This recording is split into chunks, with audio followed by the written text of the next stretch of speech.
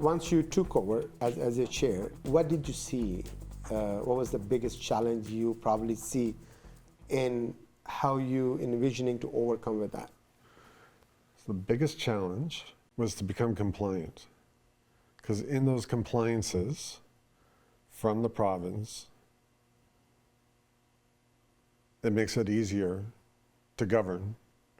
But if you're not doing those compliances and it's a little messy, then you're kind of scattered. And so it was important to become compliant, which takes a lot of time because it's a lot of work.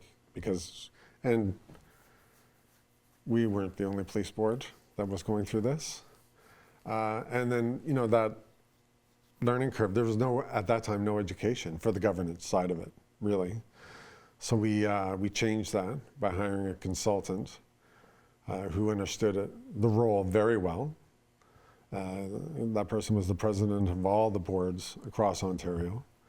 And that person was super helpful in starting us in the right direction. Can you elaborate a little bit more when you say as the governance and managing the budget? That's the board's main responsibility. Right. Or having a contract with the chief or deputy chief.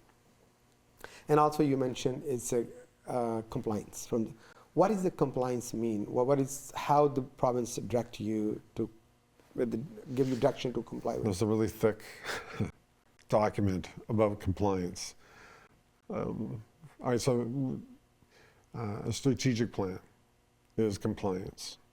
That is the community's direction that they want our chief and deputy to manage the police to get things done. And it's based on data on crime, data on mental health, and so using these numbers, and over time you can say, is it getting better or is it not getting better? Are you doing your job or you're not doing your job? And then it's real. It's like,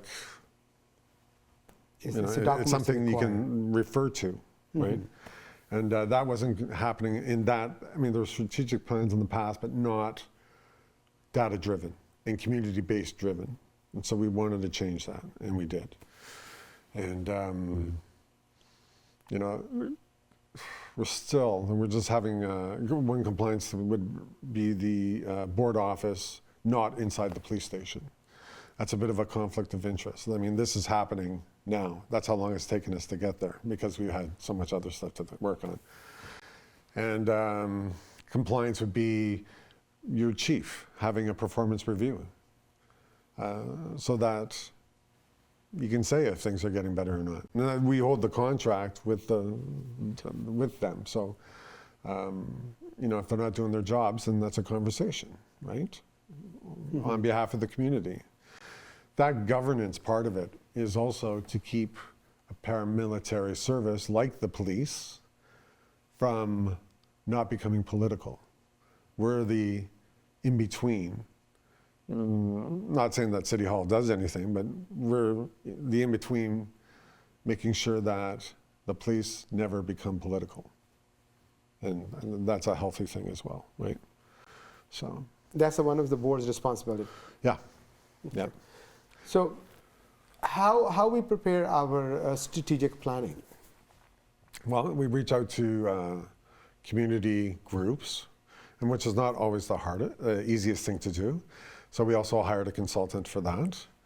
And then like downtown BIA, different businesses, the people that live here. And, say the downtown BIA says, well, we noticed that crime is on the rise downtown, and we've had a lot of complaints, and citizens don't feel safe late at night downtown. And so we say that to the chief, and we look at the stats and look at the data, and he says, okay, we're going to fix this. We're going to put cops on the beat, which means police officers walking around all times of day downtown. And then you look at the data, and it's like, wow, this is working. And then those same representatives from the BIA say, hey, we're very thankful. This is actually working. And people feel a lot safer because there is a police presence, and not as in, just a simple walking by, having a conversation with someone. Hey, can you stop yelling?